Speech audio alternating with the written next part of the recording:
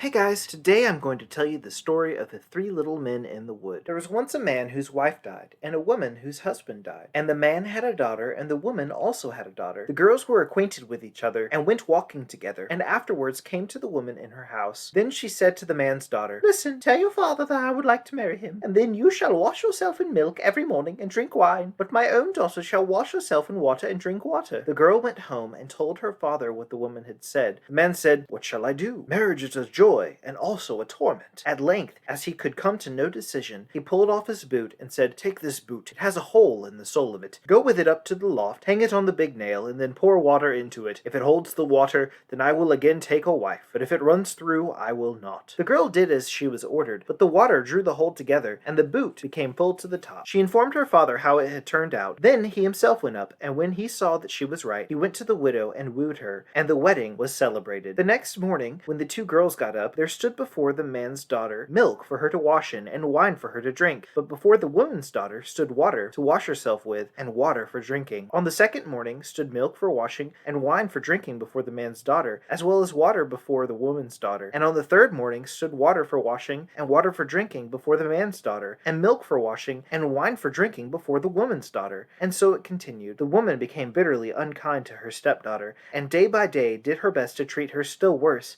She was also envious because her stepdaughter was beautiful and lovable, and her own daughter ugly and repulsive. Once in winter, when everything was frozen as hard as a stone, and hill and vale lay covered with snow, the woman made a frock of paper, called her stepdaughter, and said, "Here, put on this dress, and go out into the wood, and fetch me a little basket full of strawberries. I have a fancy for some." "Good heavens," said the girl, "no strawberries grow in winter. The ground is frozen, and besides, the snow has covered everything. And why am I to go in this paper frock? It is so cold outside that one's very breath freezes. The wind will blow through the frock, and the thorns will tear it off my body." "Will you contradict me again?" said the stepmother. "See that you go, and do not show your face again until you have the basket full of strawberries." Then she gave her a little piece of hard bread, and said, "This will last you the day," and thought, "You will die of cold and hunger outside, and will never be seen again by me." Then the maiden was obedient, and put on the paper frock, and went out with the basket. Far and wide there was nothing but snow, and not a green blade to be seen. When she got into the wood, she saw a small house, out of which peeped three elves. She wished them good day, and knocked modestly at the door. They cried, "Come in," and she entered the room and seated herself on the bench by the stove, where she began to warm herself and eat her breakfast. The elves said, "Give us too some of it." "Willingly," she said, and divided her bit of bread in two and gave them half. They asked, "What are you doing in the forest in the winter time, in your thin dress?" "Ah," she answered, "I am to look for a basket full of strawberries, and am not to go home until I can take them with me." When she had eaten her bread, they gave her a broom and said, "Sweep away the snow at the back door with it." But when she was outside, the three little men said to each other, "What shall we give her, as she is so good, and has shared her bread with us?" Then said the first, "My gift is that she shall every day grow more beautiful." The second said, "My gift is that gold pieces shall fall out of her mouth every time she speaks." The third said, "My gift is that a king shall come and take her as wife." The girl, however, did as the little men had bidden her, swept away the snow behind the little house with the broom. And what did she find but real, ripe strawberries, which came up quite dark red out of the snow. In her joy she hastily gathered her basket full, thanked the little men, shook hands with each of them, and ran home to take her stepmother what she had longed for so much. When she went in and said good evening,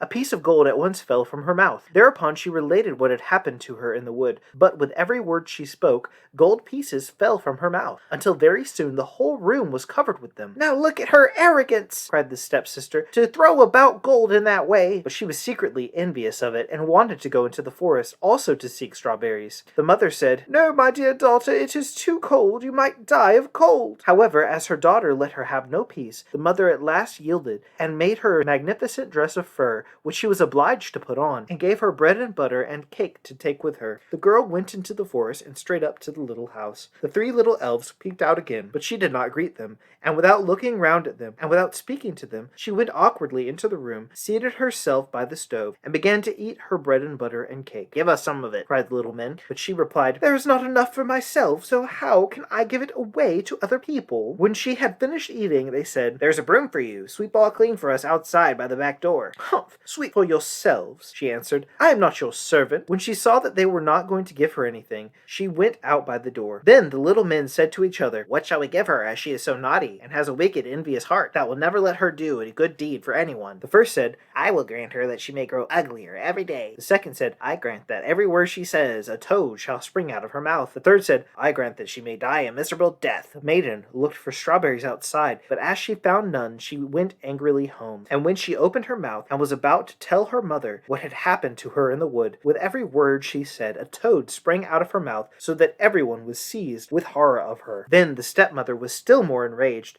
and thought of nothing but how to do every possible injury to the man's daughter, whose beauty, however, grew daily greater. At length she took a cauldron, set it on the fire, and boiled yarn in it. When it was boiled, she flung it on the poor girl's shoulder, and gave her an axe in order that she might go on the frozen river, cut a hole in the ice, and rinse the yarn. She was obedient, and went and cut a hole in the ice, and while she was in the midst of her cutting, a splendid carriage came driving up, in which sat the king. The carriage stopped, and the king asked, My child, who are you, and what are you doing here? I am a poor girl, and I am rinsing yarn. Then the king felt compassion, and when he saw that she was so very beautiful, he said to her, Will you go away with me? Oh yes, with all my heart, she answered, for she was glad to get away from the mother and sister. So she got into the carriage, and drove away with the king. And when they arrived at his palace, the wedding was celebrated with great pomp, as the little men had granted to the maiden. When a year was over, the young queen bore a son, and the stepmother had heard of her great good fortune. She came with her daughter to the palace, and pretended that she wanted to pay her a visit. Once, however, the king had gone out,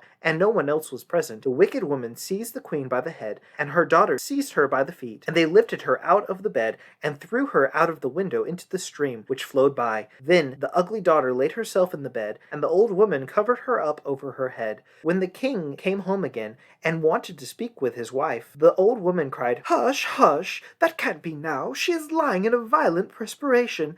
You must let her rest today. The king suspected no evil, and did not come back again till next morning. And as he talked with his wife and answered him, with every word a toad leaped out, whereas formerly a piece of gold had fallen out. Then he asked what that could be, but the old woman said that she had got that from a violent perspiration, and would soon lose it again. During the night, however, the kitchen boy saw a duck come swimming up the gutter, and it said, King, what are you doing? Are you awake or slumbering? And as he returned no answer, it said, And my guests, what about them? The kitchen boy said, They are sleeping soundly too. Then it asked again, What of my little baby mine? He answered, Asleep in her cradle. Then she went upstairs in the form of the queen, nursed the baby, shook up its little bed, covered it over, and then swam away again down the gutter in the shape of a duck. She came thus for 2 nights. On the third, she said to the kitchen boy, Go and tell the king to take his sword and swing it 3 times over me on the threshold. Then the kitchen boy ran and told this to the king, who came with his sword and swung it thrice over the spirit. And at the 3rd time, his wife stood before him, strong, alive, and as healthy as she had been before. At this the king was full of great joy,